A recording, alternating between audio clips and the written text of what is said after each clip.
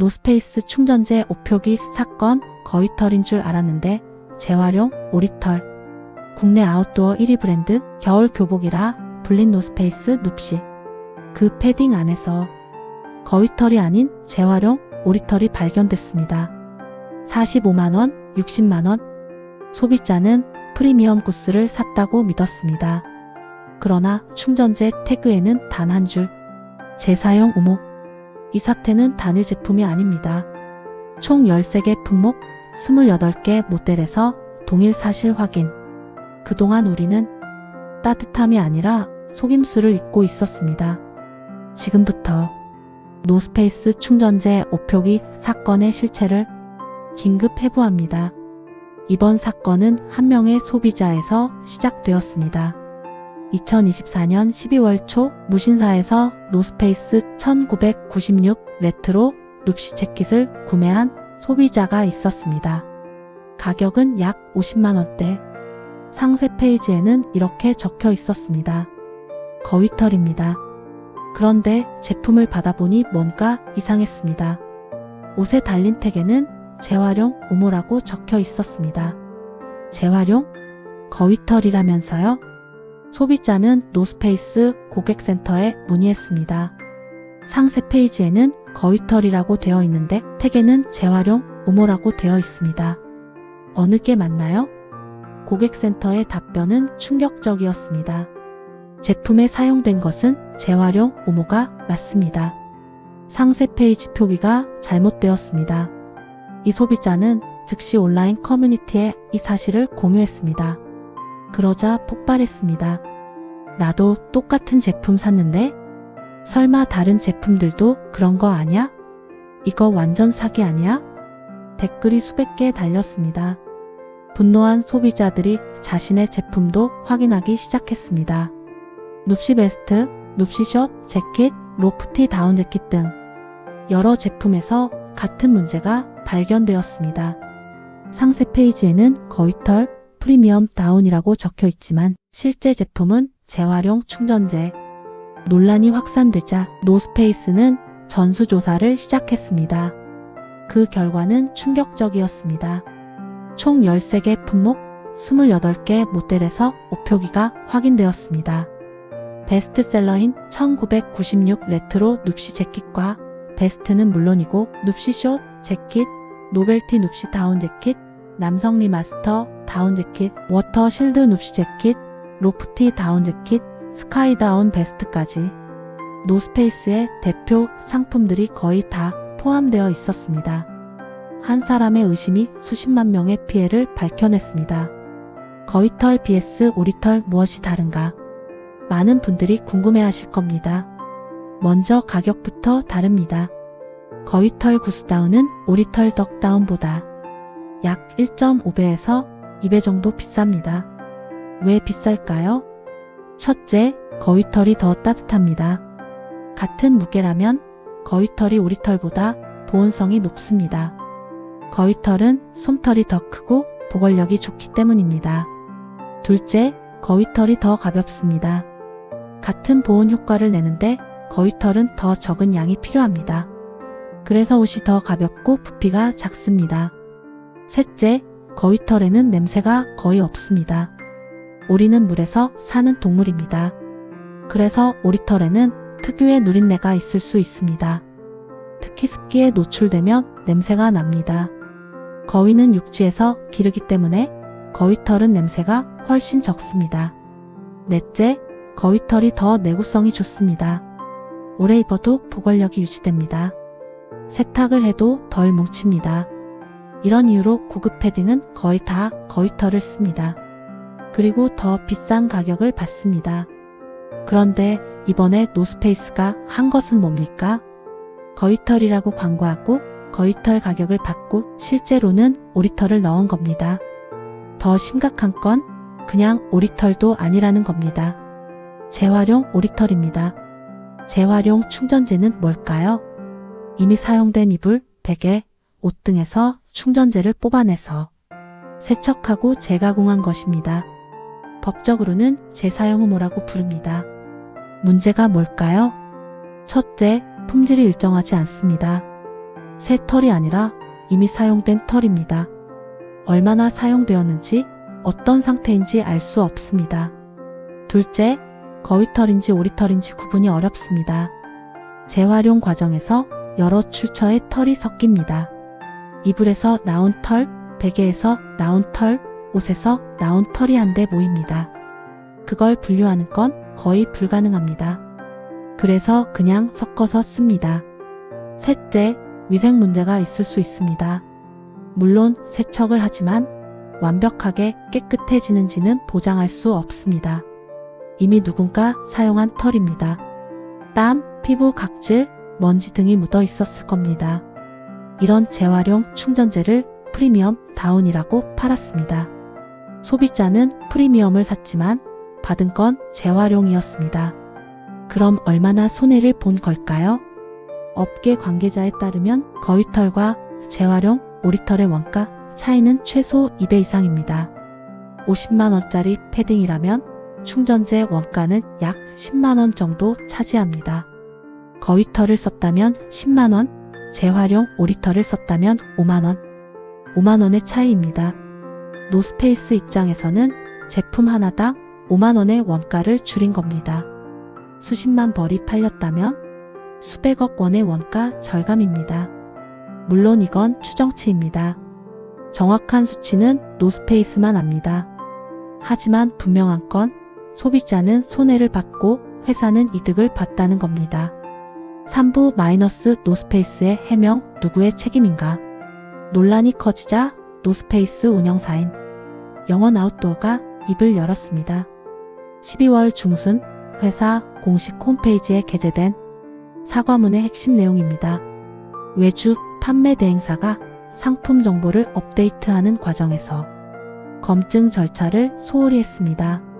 이로 인해 일부 제품의 충전재 정보가 잘못 표기되었습니다. 깊이 사과드립니다. 우리는 몰랐다. 외주 업체가 실수했다. 우리도 피해자다. 이런 논리입니다. 13개 품목, 28개 모델이 다 외주 업체 실수라고? 검증 절차가 뭐 하는 건데? 브랜드는 책임 안 지나? 실제로 이 해명에는 여러 문제가 있습니다. 첫째, 13개 품목, 28개 모델이나 되는 대규모 오류가 어떻게 가능한가? 회사의 베스트셀러들이 대부분 포함되어 있습니다. 이게 우연일까요? 아니면 의도였을까요? 둘째, 검증 절차는 왜 없었나? 노스페이스는 국내 1위 아웃도어 브랜드입니다. 상품 정보를 올리기 전에 당연히 검증해야 합니다. 특히 충전재 정보는 가장 중요한 스펙입니다. 가격을 결정하는 핵심 요소입니다. 그런데 이걸 외주 업체에 맡기고 확인도 안 했다. 이건 직무유기입니다. 셋째, 언제부터 잘못된 정보였나? 회사는 이걸 명확히 밝히지 않았습니다. 몇 달 전부터? 1년 전부터? 아니면 처음부터였을까요? 이게 중요합니다. 왜냐하면 피해자 규모가 달라지기 때문입니다. 1년 치면 수십만 명, 2년 치면 수백만 명입니다. 넷째, 왜 이제야 발견했나? 소비자가 문제를 제기하기 전까지 회사는 몰랐다고 합니다. 그럼 회사 내부의 품질관리팀은? 제품을 검수하는 사람은 없나요? 말이 안 됩니다. 모르는 것도 책임이고 확인하지 않은 것도 책임입니다. 더 큰 문제는 회사의 대응입니다. 영원 아웃도어는 해당 기간 구매 고객을 대상으로 환불을 진행하겠다고 밝혔습니다. 좋습니다. 환불은 당연합니다. 하지만 조건이 있습니다. 온라인 구매자의 한정. 오프라인 매장에서 산 사람은 어떻게 하나요? 영수증이 없으면? 카드 내역만 있으면? 선물 받은 거면? 회사는 명확한 기준을 제시하지 않았습니다. 또한 정확한 판매 수량도 공개하지 않았습니다. 13개 품목이 각각 몇 벌씩 팔렸는지 총 피해 규모가 얼마인지 밝히지 않았습니다. 밝히면 책임이 커지니까요. 보상 금액이 커지니까요. 그래서 애매하게 넘어가려는 겁니다. 4부 마이너스 법적 대응 한국소비자연맹의 고발. 12월 16일 한국소비자연맹이 움직였습니다. 소비자연맹은 공정거래위원회에 노스페이스를 신고했습니다. 혐의는 표시 광고의 공정화에 관한 법률 위반입니다. 쉽게 말하면 허위 광고입니다. 거짓 정보로 소비자를 속여서 제품을 판 겁니다. 소비자연맹은 입장문에서 이렇게 밝혔습니다. 다운 제품의 충전재는 가격과 보온성에 직결되는 핵심 정보입니다. 소비자의 합리적 선택을 방해한 명백한 소비자 기만 행위입니다. 특히 최근 노스페이스가 제품 가격을 인상했음에도 불구하고 저렴한 소재를 사용하면서 이를 명시하지 않은 것은 2중 3중의 피해를 준 것입니다. 노스페이스는 2023년부터 제품 가격을 꾸준히 올려왔습니다. 눕시 재킷은 몇 년 전만 해도 30만원대였습니다. 지금은 50만원이 넘습니다. 가격은 올리면서 원가는 줄였습니다. 소비자는 더 비싼 돈을 내고 더 싼 제품을 받은 겁니다.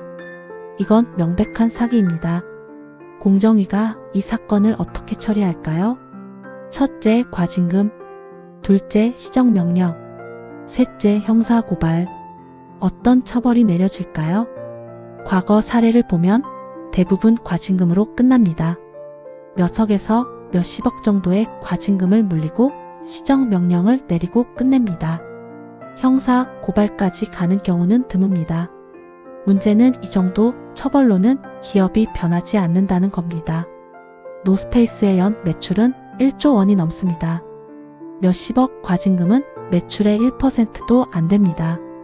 이 정도는 그냥 마케팅 비용으로 생각하고 넘어갈 수 있습니다. 실제로 큰 타격이 없습니다. 처벌이 약하면 잘못된 행동이 반복됩니다. 오브 마이너스 브랜드의 배신 등골 브레이커에서 충전재 브레이커까지 노스페이스는 과거에도 논란이 있었습니다. 바로 등골 브레이커 논란입니다. 2010년대 초반 노스페이스 패딩은 중고등학생들 사이에서 필수품이 되었습니다.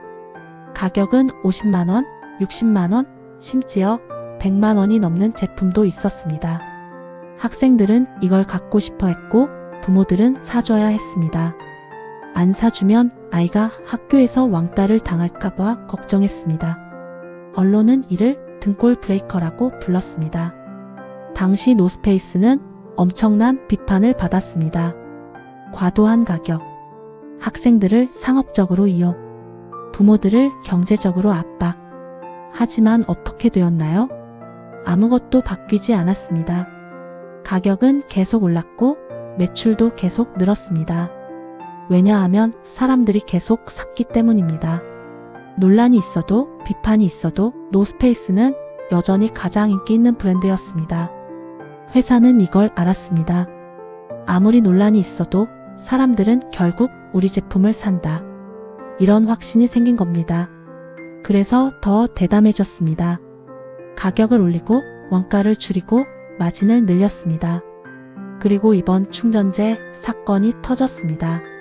이건 우연이 아닙니다. 브랜드 파워에 대한 과신입니다. 우리는 노스페이스다. 사람들은 어차피 산다. 이런 오만함이 이런 결과를 만든 겁니다. 소비자를 우습게 본 겁니다. 하지만 과연 노스페이스가 무너질까요? 현실적으로 보면 아닙니다. 왜냐하면 대체재가 마땅치 않기 때문입니다. 겨울에 패딩을 안 입을 수는 없습니다. 그럼 어떤 브랜드를 사야 할까요? K, 코오롱 스포츠, 네파? 이들도 비슷한 가격대입니다. 그리고 노스페이스만큼 인지도가 높지 않습니다. 결국 많은 사람들이 다시 노스페이스를 선택할 겁니다. 그래도 노스페이스는 유명하잖아. 다른 브랜드도 비슷할 거야. 뭘 사든 마찬가지야. 이런 생각으로 다시 돌아갑니다. 회사도 이걸 압니다. 그래서 시간이 지나면 다 잊힐 거라고 생각합니다. 실제로 그럴 가능성이 높습니다. 하지만 변하지 않으면 어떻게 될까요? 단기적으로는 괜찮을 수 있습니다. 하지만 장기적으로는 위험합니다. 소비자의 신뢰는 한번 깨지면 회복하기 어렵습니다. 특히 MZ세대는 더 까다롭습니다. 이들은 브랜드의 진정성을 중요하게 생각합니다. 거짓말하는 브랜드, 소비자를 속이는 브랜드는 외면합니다. 지금은 노스페이스가 1위지만 10년 후에도 그럴까요? 보장할 수 없습니다. 자, 이제 영상의 끝입니다. 오늘 우리는 노스페이스 충전재 오표기 사건을 살펴봤습니다. 이 사건이 주는 교훈은 무엇일까요? 첫째, 브랜드를 맹신하지 마십시오. 유명하다고 비싸다고 다 좋은 건 아닙니다. 노스페이스도 이번에 소비자를 속였습니다. 다른 브랜드라고 안 그럴 보장이 없습니다. 둘째, 제품 정보를 꼼꼼히 확인하십시오. 상세 페이지만 보지 마시고 실제 제품의 택도 확인하십시오. 충전재가 뭔지, 원산지가 어딘지, 품질 인증은 있는지 체크하십시오. 셋째, 의심스러우면 문의하십시오. 고객센터에 전화하고 증거를 남기십시오. 녹취를 하거나 이메일로 문의해서 답변을 받으십시오. 나중에 문제가 생기면 이게 증거가 됩니다. 넷째, 피해를 입었다면 목소리를 내십시오. 혼자 참지 마시고 커뮤니티에 공유하십시오. 소비자연맹이나 공정위에 신고하십시오. 한 사람의 목소리는 작지만 모이면 큽니다. 이번 사건도 한 소비자의 의심에서 시작되었습니다. 다섯째, 기업에게 책임을 물어야 합니다. 형식적인 사과로 끝나게 두면 안 됩니다. 실질적인 보상과 재발 방지 대책을 요구해야 합니다. 그래야 기업이 변합니다. 소비자의 선택이 시장을 만들고 소비자의 목소리가 기업을 바꿉니다. 이번 노스페이스 사건은 아직 끝나지 않았습니다. 공정위의 조사가 진행 중이고 환불도 진행 중입니다. 앞으로 어떻게 될지 지켜봐야 합니다. 하지만 분명한 것, 계속 관심을 가지고 계속 질문하고 계속 요구해야 합니다. 이번 사건은 단순한 제품 하자가 아니라 소비자가 만든 압력이 기업을 움직였다는 사례라는 점입니다. 여러분, 경제학에는 하나의 원칙이 있습니다. 바로 8028의 톱 법칙. 전체 결과의 80%는 핵심 20%의 행동에서 나온다. 이번 노스페이스 사태를 그대로 대입해보면 답이 명확합니다. 많은 소비자들이 불만을 가졌지만 실제로 조사를 요구하고 문제를 제기한 소수의 목소리 단 20%. 그 행동이 결국 기업을 움직였고 리콜이라는 시장 변화 80%를 만들어냈습니다. 이 사건이 우리에게 남기는 메시지는 단순합니다. 시장은 스스로 변하지 않습니다. 기업은 먼저 바뀌지 않습니다. 변화를 만드는 건 근거를 갖고 행동하는 단 20%의 소비자입니다. 오늘 이 영상을 끝까지 보신 여러분, 이미 그 20% 안에 들어와 있습니다. 앞으로도 다음 변화가 필요한 순간에 다시 가장 먼저 전하겠습니다. 감사합니다. 다음 영상에서 뵙겠습니다.